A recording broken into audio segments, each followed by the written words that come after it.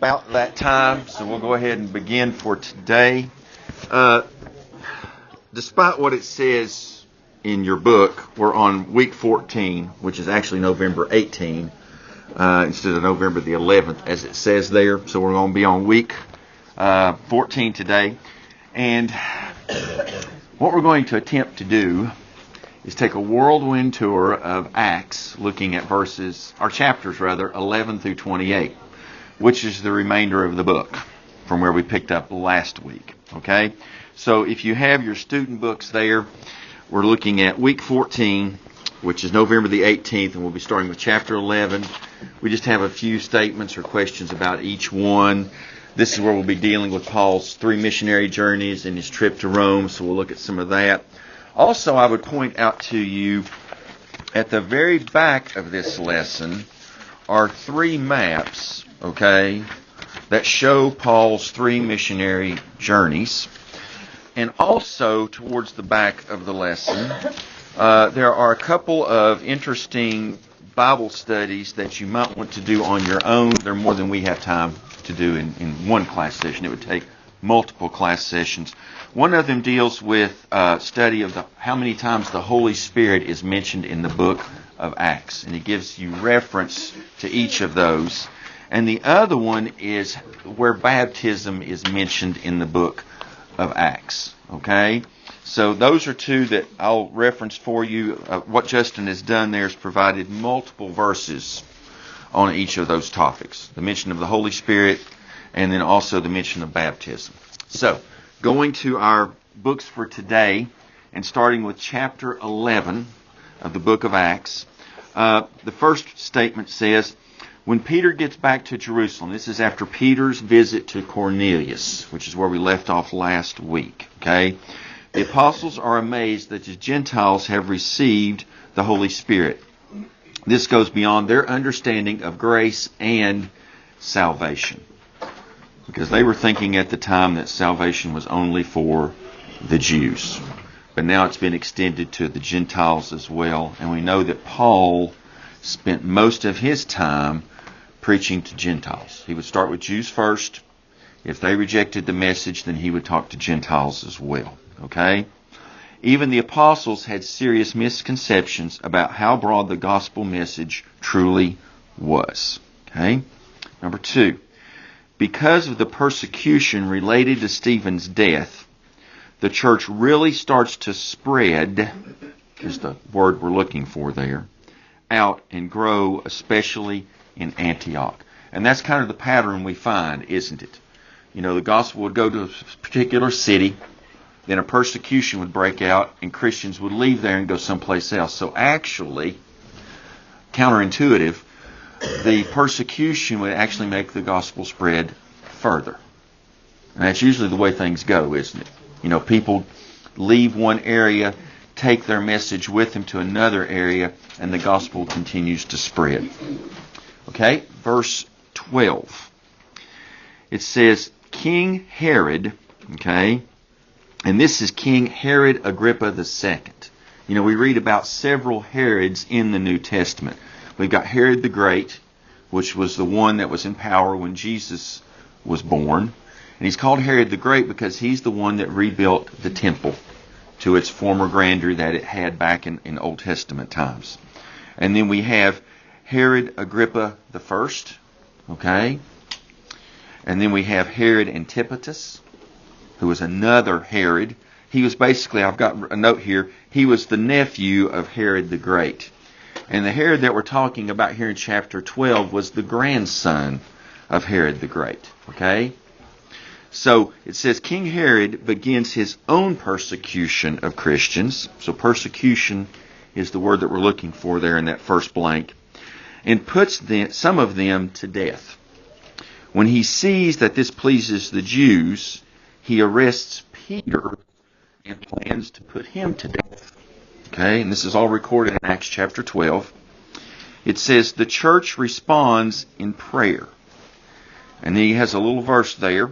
So Peter was kept in prison, but the church was earnestly praying to God for him. And that's in Acts 12:5.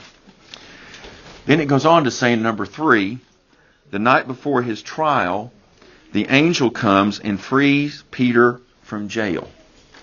And then this funny sentence. This miracle astonishes the apostles.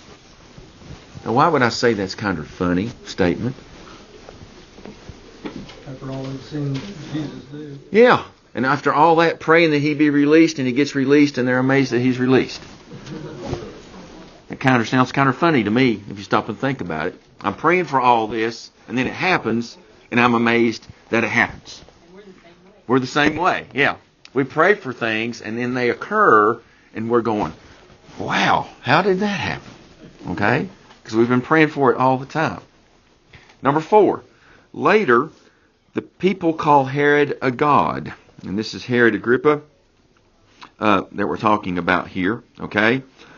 And he didn't disagree with them. He quickly dies because he accepts that praise from men and doesn't give credit to God. So credit is the word that we're looking for there. Okay? And an interesting note in a Bible that I've got at home mentions that Josephus, who is a famous Roman historian, you may have heard that name before, actually records this particular event. Okay? He basically says that he died from internal parasites, or worms in other words. That's what the Bible tells us. And Josephus adds to that, it took him several days to die. So it's just not like he falls over. It took him several days to die from these internal parasites. But the reason that he dies, the Bible tells us, is because he didn't give credit to God. Okay? Okay, number 13. Now, number 13 starts to record Paul's first missionary journey. And once again, at the back of this is a map. Now, a couple of things I was thinking about as I was praying the lesson. You talk about these missionary journeys. How far did Paul actually travel during some of these? And how long did it actually take? And how much would it have really cost? Okay, in today's money. So this first missionary journey, if you take all the stops that he made, okay, and I'm talking about traveling by road, traveling by ship, whatever method, okay, and back in this time, just like it is today, traveling by ship would have been a fairly expensive enterprise. That would have been the most costly way to travel that you could have had. This particular trip, when you put it all together, was about 1,581 miles, the first missionary journey. And it only took 53 days. When you do the math, that's average of 30 miles a day, right? Now remember, we're not counting the stops that he made. We're just talking about actual travel time. Not any stops he made to preach, teach, or anything like that. Just actual travel days, 53. And if we put that in today's money, that would be about $11,850 in cost. A little over 200 denarii, which is about $50 a day, essentially. That's just the first one. It gets worse as we go. Okay? That's just the first one. So travel time, 53 days, cost of over $11,000 in today's money. Now think about that. Okay? And we're talking about traveling by donkey, by chariot if you're lucky, on horseback, probably most of it walking. And if you're really lucky and had the money, you could travel by ship, which greatly cut down the time. But there's no such thing as airplanes, buses, cars, anything like that. Right? Excuse me? Was it $1,700 to fly round trip to India? Oh, yes. Yeah. That's just coach. Yeah. You can, if you go first class, you're talking about probably over $6,000 Right. round trip. Okay? So it really hasn't gotten that much cheaper today, but it has gotten a lot faster. Okay? I mean, I think Paul would have gone in the luggage bay. Okay, now let's go down to our statements here. Number 1, Barnabas, okay, and this is where he's mentioned, and Saul, okay, are commissioned by the local church and set off on the first missionary journey. Okay. Number 2, they leave from Antioch to the port city of Seleucia. They then sail to the island of Cyprus, where they preach to the Jews first, and then later to the Roman authorities. And then number 3, Paul and his companions travel to Pisidian Antioch, where they preach in the synagogue. The Jews reject is the word we're looking for, the message. So Paul preaches to the Gentiles. Persecution comes against Paul, so he leaves for Iconium. And that's recorded in Acts 13, verses 13 through 52. Rather lengthy section there in Acts where it talks about that particular encounter. Okay, going down to chapter 14. Number 1. In Iconium, many Jews and Gentiles believe, is the word that we're looking for. Believe. The persecution starts up again, so Paul is forced to leave and go to Lystra. And once again, if you look at the map, you can follow these different locations that Paul travels to. Number 2. Paul heals a cripple. This man had crippled feet, it records in Acts, the 14th chapter, in Lystra. And people believe he is the Greek god Hermes. Okay? Now, let's talk about that for just a second. Okay? And this question becomes, in my mind, why would they think he was the Greek god Hermes? Well, there is a myth in Greek mythology that goes something like this. I'm paraphrasing a little bit. It appears in their mythology that Zeus and Hermes is known as the messenger to the gods. Okay? We would call him the Greek god, or the Roman god Mercury. Okay? So it's the Greek god Hermes. We would know him as the Greek god, or the Roman god Mercury. Okay? And that's why Mercury's called Mercury. It's the fastest planet traveling around the sun. Okay? So this was the messenger of the gods. So Zeus and Hermes apparently visited this area in Lystra at one time, and they disguised themselves as men. And what they would do is they would visit house to house and ask people for a night's accommodation. And the only people that accommodated them was an older, elderly man and his wife who were very poor. Then it goes on to say that they stayed within that night, and the next day they wiped out everybody else, killed everybody, because they're gods, who weren't as accommodating and didn't give them a night's lodging. Okay? So here comes Paul to this area that has this mythology behind it, and he heals this man. And so the people there think he is the Greek god Hermes. Then it goes on to say, Paul argues, is the key word there, argues strongly against this and uses this opportunity to preach the gospel. Number 3. Some Jews from Iconium come to Lystra and won the crowd over. The crowd stones Paul, but he survives and leaves to preach the good news in another city, Derbe. Okay. Number 4. Many people in Derbe believe. Paul and his companions return home after planting many churches and tell the disciples the good news of their successful trip. Okay. Now, one thing I thought about there was, let's talk for a few minutes about Paul's missionary strategy. Okay? When we look at Paul's missionary strategy, what are some things that we always see Paul doing when he goes on one of these missionary trips? And we'll see this in all 3 of them. The first thing he always did was he would always take a partner with him. Always. We know about Barnabas, right? We know about Silas. We know about Luke. Okay? He would always take another partner with him. He wouldn't necessarily, sometimes he would go alone, but most of the time he would always have a partner with him. Number 2, he would use these journeys to train younger leaders. If you look at any of these journeys, there's always a younger leader involved. We know about Timothy. You've probably heard the name Apollos before. You know, Paul even talks about it doesn't matter who baptized you, whether it was me or Apollos, it doesn't matter. And then we know about John Mark, which called Barnabas and Paul to split at one time. Okay? So he's always doing those 2 things. He's taking a partner with him to share the work, and he's always training up younger people to come behind him. He's always doing that. Okay? Let's go to 15. Once again, we look at our map. This is the second missionary journey. This one's a bit longer. It's about 3,050 miles in length. So it's almost double the length on this journey. It covers 100 days. And this particular one, if you converted it in today's money, would be about $15,700. And the reason is most of it was by ship.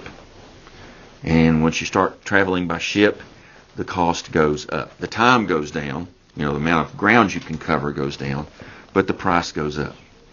Okay, so number one, it says a big problem arises in the early church. Should Gentile Christians have to follow Jewish laws? The church in Jerusalem said that the Gentiles had to follow the law of Moses. Now, if you want to read more about this, just go to Acts 15 and look at verses 1 through 21. Okay? And this is one of those pivotal times in the work of the early church because they have to make a decision. And it mainly revolves around circumcision. Should we make Gentile Christians, should we make them be circumcised to be the best Christian they can be? Should we make them obey the Jewish tradition first before they become Christians? Okay? That's basically what the argument was about. Number two, Paul and Barnabas go down to Jerusalem to set things straight. The argument is simple. Salvation comes by faith, so observance of the law is obsolete. Obsolete. Okay? And it says, though for Jewish Christians some allowance is given as to not offend other Jews, but not as a prerequisite for salvation. Number three, the council agreed that Gentiles were free from Mosaic law, but urged them to avoid practices that would unnecessarily offend Jews. Okay? And I think that was eating some meat, drinking blood, doing some things like that, if I remember correctly. Okay? But they don't have to follow Mosaic law. If you stop and think about that, that's huge. That's huge. So that really makes the gospel even more appealing, doesn't it, when you stop and think about it? I don't have to follow all of these old traditions of the Mosaic law, dietary practices and so forth, let alone circumcision. It kind of makes it a little bit freer and more appealing, I think, to Gentile Christians as well. John, yes. I know we got a lot of material, but You're fine. I have a question. Do we know who the council was? That just occurred to me, and I never read about them. But these are apostles and witnesses to Jesus, but I wonder how many were Jews converted to Christ or converted by Christ there that would have known as much about the Old Testament Scripture as Paul. Yeah, I don't know the answer to that. I mean, the sources I've looked at, I really didn't ask that question to myself. But I don't know. What was the composition of this council? Since it's so early on, I would think it would be mainly Jewish converts, wouldn't you? I mean, that's what I would think. But it would have taken Paul to be regarded as an authority to convince them. Yes. Yeah, and kind of bridge that gap. Because I'm sure he's telling them all about he and Barnabas talking to Gentiles and how receptive they are to the message. And I've not been telling them anything about the need to be circumcised or anything like that. And that was the reason when we read earlier here why Paul was chased out of Iconium, right? Was an argument over that. The Judaizers were saying if you want to be a Christian, then you've got to do these Jewish things first. That was one of the things that was starting to creep into the church. And so this council comes up to try to clarify that. What direction do we really want to go with this, in other words? What direction do we really want to go? And I'm convinced in large part that because of this decision and others that were made, that's why we're here today. I think if they had said you've got to be a good Jew first, that would have really stifled the gospel message. Okay? Any others?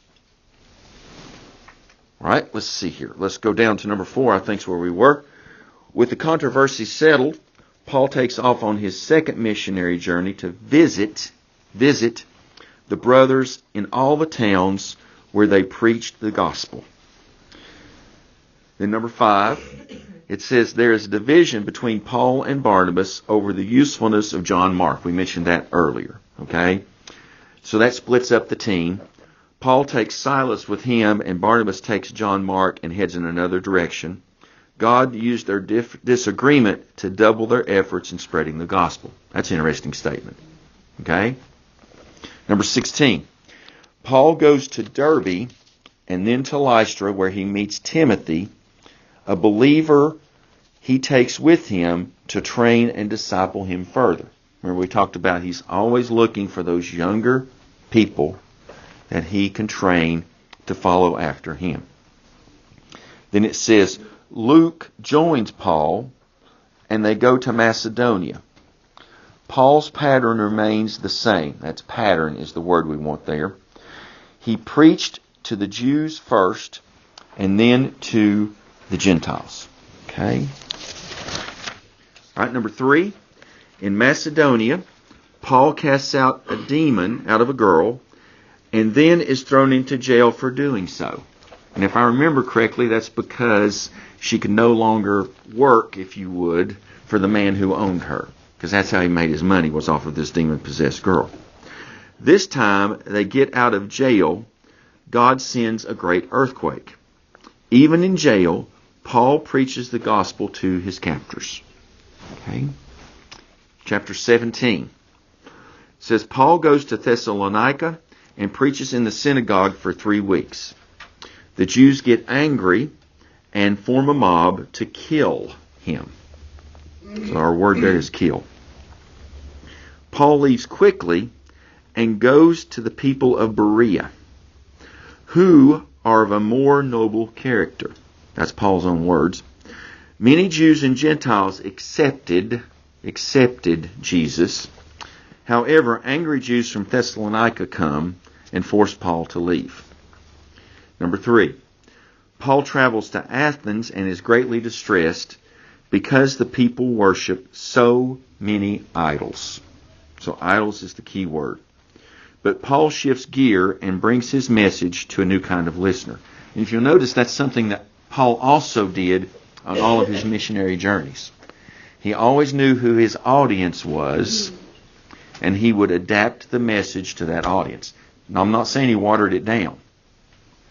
That's not what I'm saying. I'm just saying he adapted what he was saying to the audience. It's like when we go to India and we speak to ministers, our humor means nothing. I mean, if you tell a joke, most of the time they will not understand it at all. Okay? Humor doesn't transfer. So you kind of leave those things out. Like you just kind of leave them out. You learn to do that. So he would always adapt his message to his audience. And then it goes on here. Let's see here. Preaching to a philosopher, that's our key word for the next one, philosopher, would require a specific approach. For example, a philosopher would not care about Old Testament prophecy. Paul did not change the message of the gospel. He changed his methods for presenting the gospel. Okay. Number 18. This is Paul's 3rd missionary journey. This one covers about 3,300 miles. This one takes about 92 days. And because it had so much ship travel incurred, it was cost about $24,000 in today's money. Okay? $24,000. It says, the church continues to grow in every area where the gospel is preached. Paul spends a year and a half in Corinth, okay, where he trains up leaders, that's the word we're looking for, and visits many of the churches he started. Okay.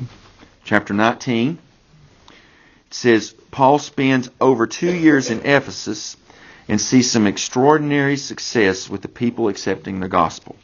However, it is not universally accepted, and there is a huge riot in Ephesus. Eventually, it is dismissed because the people who are rioting are told they should take it to the courts. And this is in Acts 19, verses 23 through 29. 23 through 29. Okay, chapter 20. Paul travels some more in Macedonia. In Troas, Paul preaches a long sermon.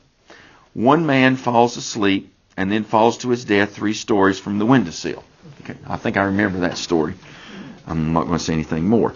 Paul goes downstairs and heals him, so he rises from the dead, and probably told him not to sleep during sermons again. Yeah, and it looks like Paul didn't hold a grudge either, does it? I mean, if he didn't hold a grudge, he goes down and heals the man, okay? I don't think Clark would do that. All right, number 2. Paul gives quit laughing, Don. Paul gives a stirring farewell speech to the elders in Ephesus. So the word there is speech. And that's in Acts 20, 13 through 28, if you want to go back and read that. Okay? Acts 20, verses 13 through 28 is where Paul's speech is recorded there. Okay? All right, chapter 21. On the way home to Jerusalem, a prophet named Agabus. Okay? Agabus. And he's first mentioned in Acts 11, verses 27 through 29. He's known for predicting a famine that would occur in the land. Okay? But on the way home to Jerusalem, a prophet tells Paul that if he goes there, he's going to be bound and handed over to the Gentiles. And that prophecy is recorded in Acts 21, verses 10 through 11. Verses 21, verses 10 through 11. Paul returns to Jerusalem where his reputation as a missionary of Christ has preceded him. The elders of the Jerusalem church are overjoyed with the success Paul has seen. The Jewish leaders are furious with Paul because he has been spreading heresy among the Jews. They seize Paul and riots break out at the temple. The Romans capture Paul to keep him from being killed. So here we have Gentiles working to save a Christian missionary. Interesting. Okay? Paul speaks to the crowd in this chapter 22. Paul speaks to the crowd in his defense. He gives them his Jewish credentials. He talks about being the student of Gamaliel and those types of things. Being a Pharisee, that type of thing. And his testimony of how he became a Christian. When he tells the crowd that he was sent by God to preach the message to the Gentiles, because he's talking to a Jewish audience, okay? Gentiles, they go crazy and want to kill him. And that's recorded in Acts 22, verses 22 through 29. Because Paul was a Roman citizen, the Romans release him. Okay? And Paul, if you read that encounter between Paul and the centurion says, "Hey, I paid for my citizenship. How much did you pay for yours?" And Paul says, "I didn't pay anything for mine. I was born a Roman citizen," which kind of trumps the centurion citizenship. So they get scared and they release him and let him go. Okay? Chapter 23. The Roman commander calls together the Sanhedrin, trying to settle the matter quickly. Quickly is the word we want there, quickly. Once again, Paul proclaims that he believes, and another riot takes place. The Jews form a conspiracy to kill Paul, but it is discovered. The Romans I can't remember the exact story, but the Romans have an informant where they get warned that Paul is about to be killed. Okay, so Paul is moved to Caesarea to have his case heard before the ruler Felix. So that's moved. Chapter 24. The Jewish leaders go to Caesarea to make their case. They say that Paul is a troublemaker, stirring up riots among the Jews all over the world. He is the ringleader of the Nazarene sect. Okay? Paul makes his defense. He cites several times when he cites several times when he didn't cause riots. Riots is the word. And claims that he isn't a subversive. In other words, trying to overthrow the government. But rather, he follows the Old Testament law. Number 3. Although Paul is not guilty, Felix keeps him in prison for 2 years. And that's recorded in verse 27 of Acts chapter 24. Remember, we talked about last week what's called Pax Romana. The idea is I'm going to do anything necessary to keep the peace. So that's why he's trying to appease the Jews. All right, rather quickly here. Chapter 25. Paul goes to trial again, and he knows he's not going to get a fair one. If the trial progresses as planned, he will be handed over to the Jewish leaders who will kill him. Paul appeals to have his case heard by Caesar, the emperor, and that is his right as a Roman citizen. And that's in chapter 25, verses 10 through 11. Then we have King Agrippa hears all about this and wants to talk to Paul before he is sent to Caesar. Chapter 26.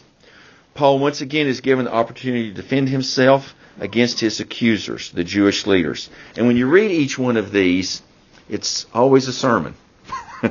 His defense is always a sermon. Always. Okay? He gives his life testimony.